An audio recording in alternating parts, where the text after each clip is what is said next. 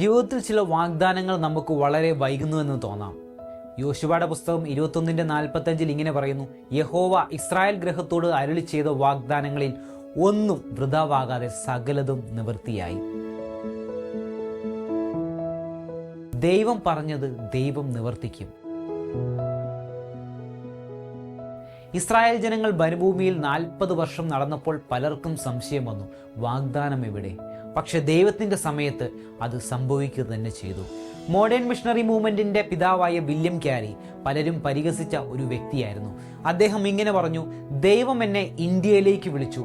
എല്ലാവരും ചിരിച്ചു പറഞ്ഞു, നിനക്കത് അസാധ്യമാണ്, നീ ഒരു ചെറുപ്പക്കാരനല്ലേ.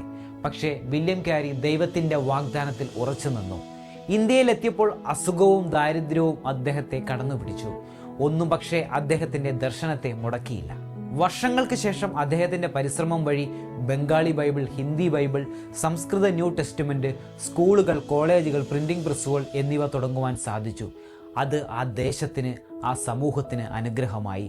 അദ്ദേഹം ഇങ്ങനെ പറഞ്ഞു: expect great things from God, attempt great things for God.